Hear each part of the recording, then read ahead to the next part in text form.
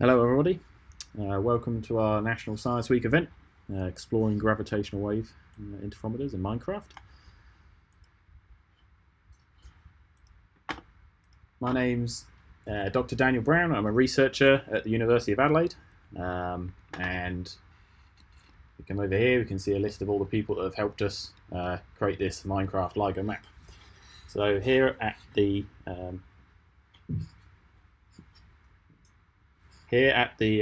University of Adelaide, we're also part of the OzGrav Centre of Excellence, which is an ARC-funded Centre of Excellence involving a group of universities from all across Australia.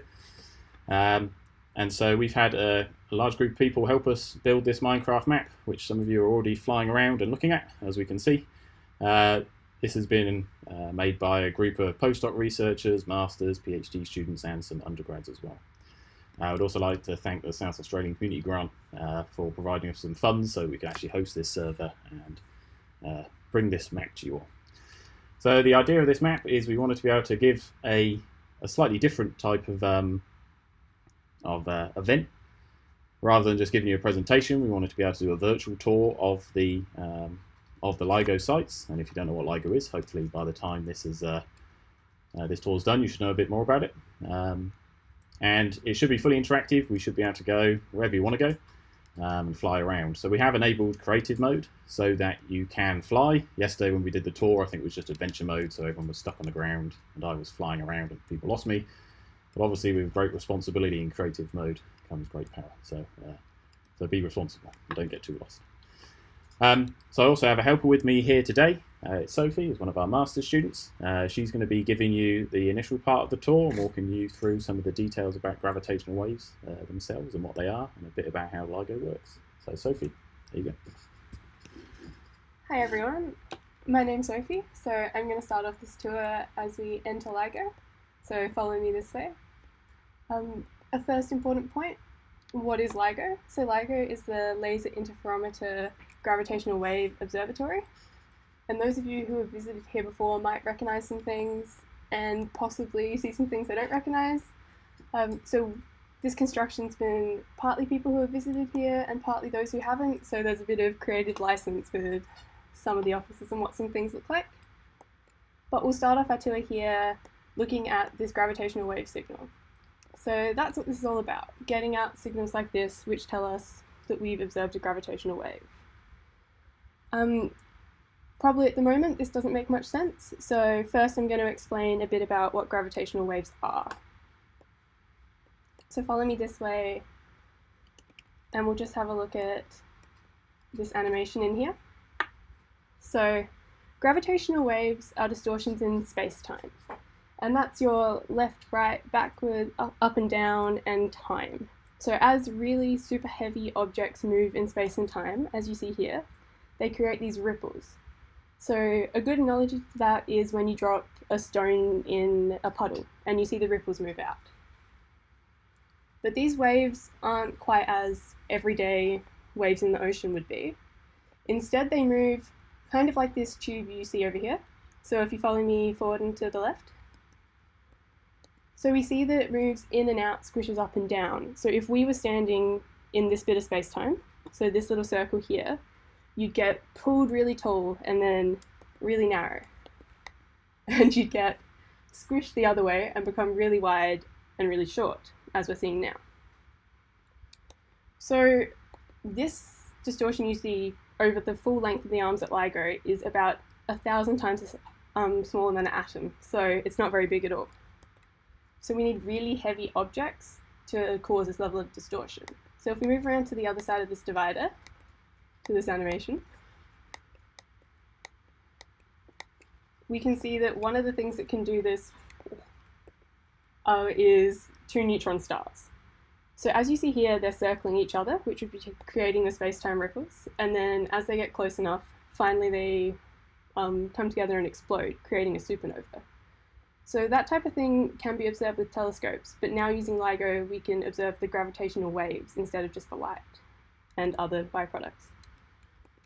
So if you follow me now down this corridor, we're heading to these, which is two black holes, which is another source of gravitational waves. So you can see in the middle of these black holes the total darkness, because that means the gravity is too strong for the light to escape. And you can also see, because of the strength of the gravity, that the light from the stars behind them is getting distorted and pulled around. So these black holes circle each other for quite a long time, and then finally, sorry guys, and then finally they combine and become one black hole. And at that point the signal stops. So if we go back to that original signal at the other end of this corridor, that's what we're seeing here. So this is a signal for a black hole. We start with a fairly small amplitude as they're just circling each other, and then as they get closer and are about to combine, this amplitude gets much bigger. So this is approximately when they combine, and then you see a ring down where the amplitude kind of drops back to normal. So this happens over a very small time period. As you can see here, this is less than a second.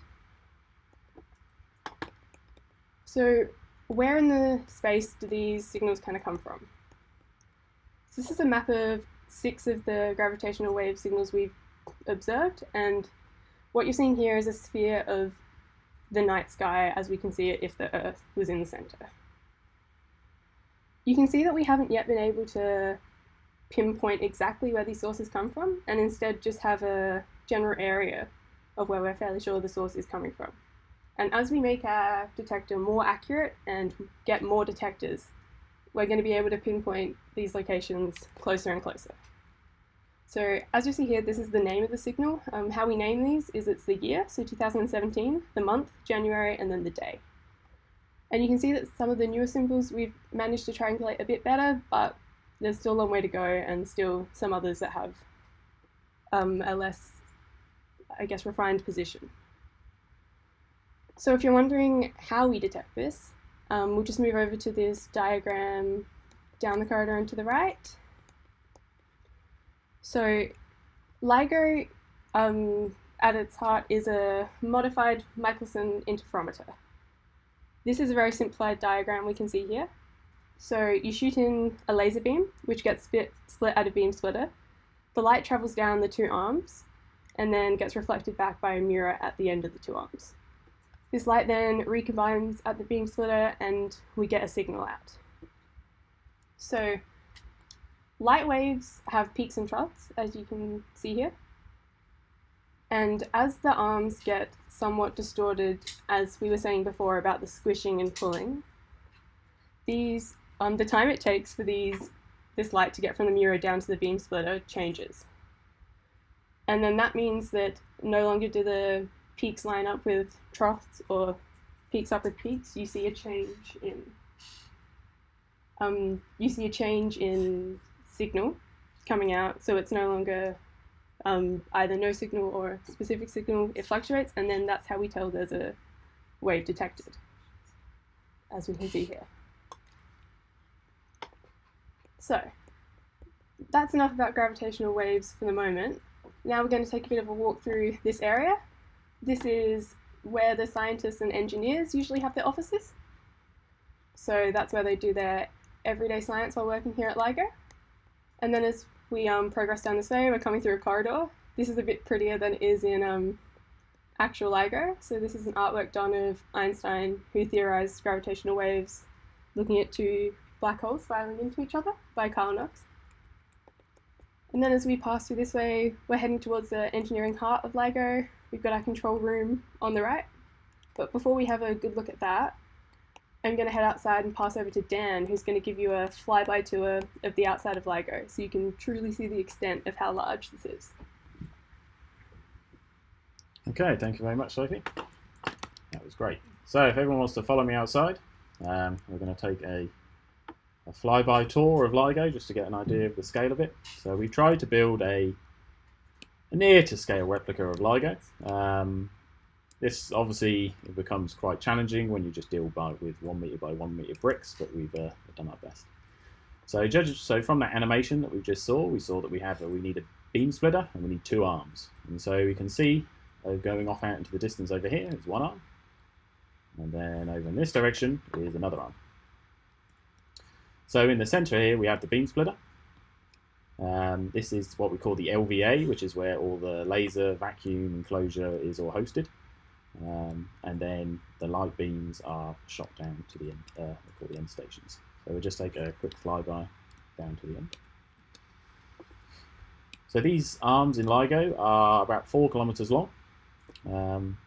In the future, we actually plan to make, hopefully we can make detectors that go even longer, to 40 kilometers. So the longer we make these arms, the more the space gets stretched and squashed as the light travels down. So effectively we get more signal for as long as it gets. So here we just reached the end station, and this is where the end mirror will be housed. And we can also jump down and actually have a look into the side of the beam tubes. So what we have inside the beam tubes is actually this concrete cover, and going through this concrete cover is this big stainless steel tube. So when we shine the laser beam all the way down to the end station through 4 kilometers, trying to go through 4 kilometers of light can be noisy. It can degrade the laser power, and it can scatter the light everywhere. So to combat this, what we need to do is actually pass it through, all the laser light through a vacuum. And in LIGO's case, that's actually our ultra-high vacuum. So all the air, particles, everything is sucked out from inside this tube, just like it would be, like, for example, in the vacuum of space. So let's take a flight back down again. So these concrete tubes, they help protect the arms, and also keep things safe. As we're going to see in a second, this can be quite important. So this map is actually based on the LIGO Hanford site, which is in the Washington state in America. And LIGO Hanford is actually out in a relatively flat part of the world, as you would need to build something that's 4 kilometers long. And it's in sort of this desert environment. However, it's kind of close to a nuclear power station, and the nuclear power station has these Hanford patrols, and as we can see in this picture here, it's a good job we did have some concrete tubes, because one day they bounded over some hill whilst on their patrols, no doubt, and crashed into the side of the beam tube. Obviously, if you crash straight into the side of the actual vacuum tube, then that would have been a bad day for LIGO as a whole. One of the other interesting parts about LIGO Hanford, if any of you know of tumbleweeds, which I'm probably sure you've seen on lots of movies when there's a nice quiet point and there's just a tumbleweed blowing past, LIGO Hanford has way more than this. It's actually plagued with tumbleweeds. So as we can see here, as soon as the wind picks up, they start collecting in all manner of places. Here's sort of the demo tube, which you would see if you went on a real-life tour. This is just completely covered in here. There's this poor person here who's having to pitchfork a literal ton of tumbleweeds that have covered up this car. So this wasn't actually that long ago, so this happens fairly regularly. And as you can see around this side, they really do pile up, so they get even larger and larger. So here we have these tumbleweeds are piled up to the point where they're just like way higher than even this car. So you can kind of see these around. This what these little tumbleweed things are knocking around, and you'll probably find these scattered all over the place. The other detector is actually, the other LIGO detector is in Livingston, which is down south. So that's in a remarkably different part of the world. It's much more of a sort of a swamp area, and it's a nearly complete opposite to what the LIGO Hanford site is like. So I'm going to head back in, and we're going to take a look inside of the control room.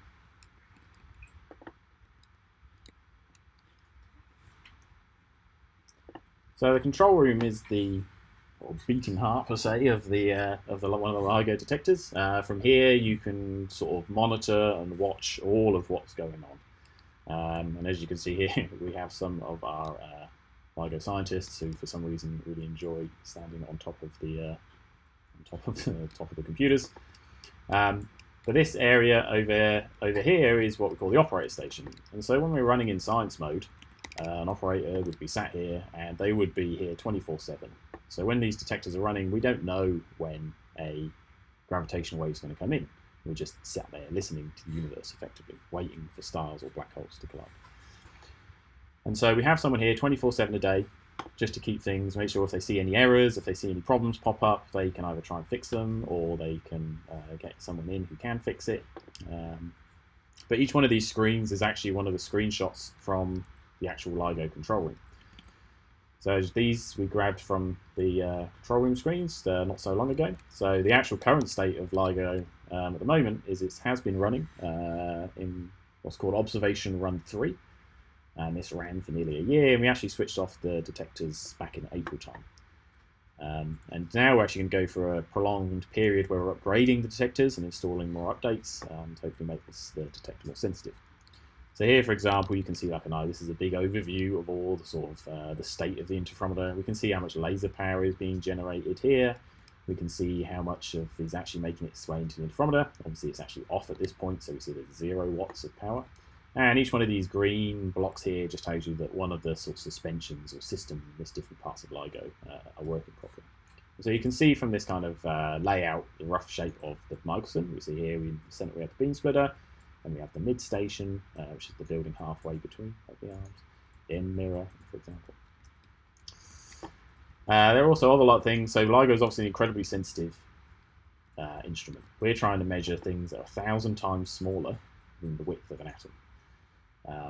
Along the arms, and of course, if you imagine that pretty much every single kind of source of noise might cause an issue, and one of these problems is seismic motion. So you think anytime you're trying to walk past and you stomp your feet, or you slam a door, or particularly if there's an earthquake, for example, then this is going to disturb LIGO. This is going to shake the mirrors, it's going to shake things around, and it's going to cause the interferometer to what we call lose lock. It basically just, all the laser lights sort of, oh, hello flame slasher, it loses lock. And so you can see here, flame slasher wants to move to the side a little bit, but here we can see that there's sort of a quiet period of the seismic motion. And then as we pick up around sort of 12 hours in, we can see this big rise. And so this is an earthquake that has come in. And we can see that afterwards this has taken a few hours to decay. So during this time, if this earthquake is too big or it's too close, this might actually shake the LIGO detectors too much to the point where they stop working. And of course, those earthquakes can be very close and they can be very far away. For example, if there's an earthquake in Idaho, this might and if it's particularly big, it could actually shake things too much and things get damaged inside the detector. But more often than not, these earthquakes are coming from very far away, from like the Ring of Fire, for example, around the Pacific. We can see earthquakes all the way from down in South America, and you can watch these actually rolling in and causing problems. So one of the more important plots that we actually have in the control room that we want to look at is what we call the DARM plot. Or this stands for differential arm. So this is differential length changes along the arms. And so we can see in this image here, we have this red line, which is what we call H1 live. If we look at the top, and so this is telling us the current sensitivity of the detector as it's running. And this was actually when it was running on the 22nd of July, so just a couple of weeks ago. And the lower this curve is, the more sensitive the detector is. So the aim of the game really is to try and make our detector more sensitive and lower this curve. So you can see that this yellow and blue curve is actually probably what we were operating at during one of the O3 science runs. So for example, the yellow curve here we can see is running at 119 megaparsecs. And so a megaparsec is like a distance that we can see into space. And so the larger that distance is, the larger the volume that we can hear sort of gravitational waves coming from. And from there we can see more signals. So the lower we make this curve, the better we can do. So let's start heading down. So this is where, if you went on an actual tour in the at LIGO, they would bring you into the control room, and then they'd bring you down this corridor. So on the left we have a server room, which is obviously just where a lot of the computer systems, a lot of our LIGO has to be automated, and a lot of that's just run on computers. Here we have a beautiful rendering of our 3 Nobel Prize winners. So Ray Weiss, Barry Barish, and Kip Thorne. These are all instrumental in getting LIGO as a project running and working from a theoretical and sort of management perspective. The LIGO itself is actually a big collaboration. There are 1,000 or more of us all over the world from all different universities that work to make LIGO and other gravitational detectors run and upgrade. So if this was a tour of reality, obviously we'd have to be leaving because you can't have lots of people traipsing through all the sensitive equipment, and so you'd normally head off down this way and out and to look over at the overpass. But now, because we're in a virtual world, we can just run in. So we have a boot scrubber here, which is where you would clean off your shoes, and then we have to end up going into what we call this sort of robing room or clean room area. And so before we go into LIGO, we really need to try and protect the instrument from us, because humans, we're like dirty, dusty, with traipses of mud in everywhere, so we have to make sure we're clean. So here is kind of what you'd get dressed up in this picture. You end up wearing a hairnet, face mask, which I guess most of us always have to be wearing face masks nowadays anyway. Then we have a sort of clean room robe, gloves, and then special booties that keep all the dirt off our shoes. And then we'd come through into this area. If the laser's on, or there's a laser floating sort of open into the air and it's not safe, you'd obviously have to wear safety goggles and such in here. And so now we can walk in and we come into what we call the LVEA, which is the laser vacuum enclosure area. And so this is where the sort of the bulk of the equipment is in LIGO. So we can take a float up here, and we can see that what we've done here is try and recreate, to the best of our ability, all of the various detail and chambers in the detector. So down in this room here is where we start off, and so this is where we generate the laser light that we shine into LIGO, which is called the pre-stabilized laser, also known as the PSL. And here we can see a picture of 3 researchers working to build the laser, and so we can go in and have a look. Obviously, this is because it's a fairly high power. I mean, on design, we should really be trying to inject at least 125 watts of optical power into the detector. So in here, you'd have to be super clean. So any dust or dirt that would get in here, you might end up burning, sort of with the high power laser, causing issues. But this is generated in this room and then shot down into the actual light, into the beam tubes going down. So coming out of the PSL. As we walk down, there's still lots of server racks in here. There's still a lot of electronics and optical tables that we need to sort of run experiments on. So as we can see, what we have are these big grey tubes, which are the vacuum enclosure tubes. And there are these sort of larger, what we call ham chambers here, which stands for horizontal access module, which is where we place many of the sort of important LIGO optics. So these, when it's running, or is again in an ultra high vacuum, the idea being that any air is going to sort of move around and sort of disturb the optical experiments. So we don't want that. So there are multiple of these ham chambers. If you walk around to this side, we can get a sort of an idea of how the LVA actually looks when you're inside. So here we're on sort of a cherry picker by the looks of it, just looking up over, so we can see the various different tubes here and looking over. We can also see inside one of these horizontal access chambers, and so here we've got 2 people working either side just to get an idea of the scale of it. We're shooting arrows at things. And we can see just the sort of scale of these, of what's actually going on here. In each one of these we have one of the mirrors that's suspended, and we have lots of other optics going on. So as we move down to this part of the of LIGO, we have one of the ham chambers which are open. And so this inside here we have another sort of optical isolation system. These blue parts here you see are actually called HEPI, which stands for the hydraulic external pre-isolator. And so each one of these chambers is basically sat on one of these HEPI piers, or these HEPI stations, and this sort of suspends it from any earth sort of seismic motion that might be coming in disturbing things. And then inside this chamber there's another sort of suspension platform, which is this sort of big grey block down here, and then there'll be optics that we place on top of it. All of this is in just trying to isolate the experiment from any sort of ground motion, from Earth's trucks driving past, aeroplanes, whatever. But this ham 6 is important. This is actually where the gravitational wave signal comes out.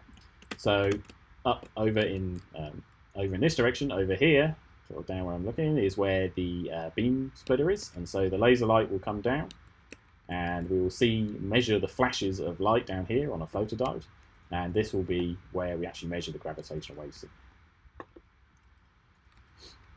So following around, we also can see here in a nice picture is two of our researchers from the Australian National University, and so they were very recently over at LIGO helping to install some new upgrades to help improve the sensitivity of advanced LIGO. And it's one of these improvements is called the a squeezer, which helps reduce some of the quantum mechanical noises that we're limited by in LIGO.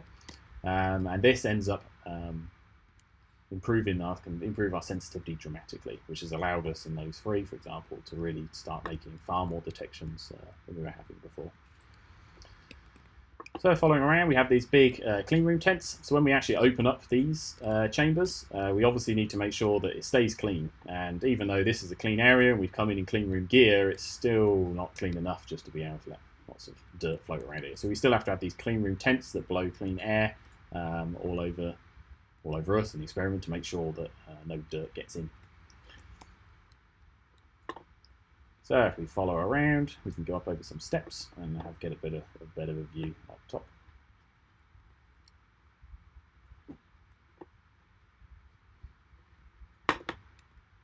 So in each one of these big chambers, we sort of said before that we saw the smaller chambers are called hand chambers. These ones are called BSCs, or beam splitter chambers. And these are much larger, like twice as tall. And the reason they're tall is because what we do is we hang the mirrors, or some of the important mirrors, like the test mass mirrors, which are at the end mirrors, for example, as we saw in the animation to begin with. These are suspended from actual glass fibers, which you can see in this picture over here. So these thin glass fibers, and we make a pendulum with them. And so each one of the 40 kilogram test masses are part of a sort of a 4-stage pendulum system. So we make one pendulum, and we make another pendulum, another one, we hang one each other. And the last few stages are actually just these glass fibers. So this 40 kilogram glass fiber is actually, this 40 kilogram test mass is actually just hanging from 4 thin bits of glass. And at the top of these BSC chambers, which are these sort of big domes over here, is what we have is the initial seismic isolation system. And so this is where the test masses actually hang down from. As we can see down here, the final stage of this suspension system, and then the very final mirror is our test mass. So this is the mirror that will actually interact with the laser light, propagating up and down the arms and back to the beam splitter. As you can see, these are sort of pretty looking mirrors. They're incredibly expensive. Some of the best mirrors that we have made in the world. And we can see these in sort of a low res version here inside our vacuum system. And so this is where they would hang down, and then laser light from the arms would be propagating from down here before they then go off down to the beam splitter in the corner. So if we go up and over,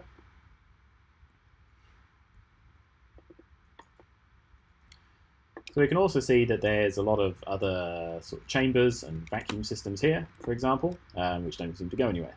And so LIGO Hanford was actually originally two interferometers. We had what's called H1 and H2. H1 was actually a 4-kilometer long detector, which is what we see today and what's running today. But there was also another detector, which was called H2. The idea being if you run 2 detectors in the same place, and you could, if a gravitational wave signal came in, then you would see that in both detectors. But since we've realized it's actually probably a better idea if we can actually just have more detectors in different parts of the world. So a lot of this is actually being disassembled now and shipped over to India, where LIGO India is going to be built. And so hopefully over the next decade, lots of these extra sections here will be shipped over to LIGO, over to India, and we'll have yet another LIGO detector up and running. So you can also see again here is another overview. So you can also see in this picture here, we've got H2 again. Here are the hand chambers, here are the beam splitter chambers, and you can see HEPI here, the blue piers. And then you can see all these different spare parts lying around effectively. And over here is one of the clean chambers. And just to get another sort of feeling of get a gauge of how big these sort of tubes are. These tubes are probably about 2 meters in diameter. And here we have someone inside one of the chambers, inside one of the tubes, in between one of the hand chambers. And you can see here they are all suited up in what we call bunny suits, which is to keep everything nice and clean when we're inside this chamber. And what he's doing here is installing what we call a baffle. And so we place these baffles sort of around the beam tube, and this stops stray light and from bouncing around and getting to parts of the interferometer that it shouldn't do, because this can create problems and cause some noise. Okay, and so that's it for our initial tour of the LVEA. Feel free just to log in and wander around. Obviously, we haven't shown necessarily all the parts of the LIGO interferometer. There's still a lot more that you can look around and go off and see and play around with.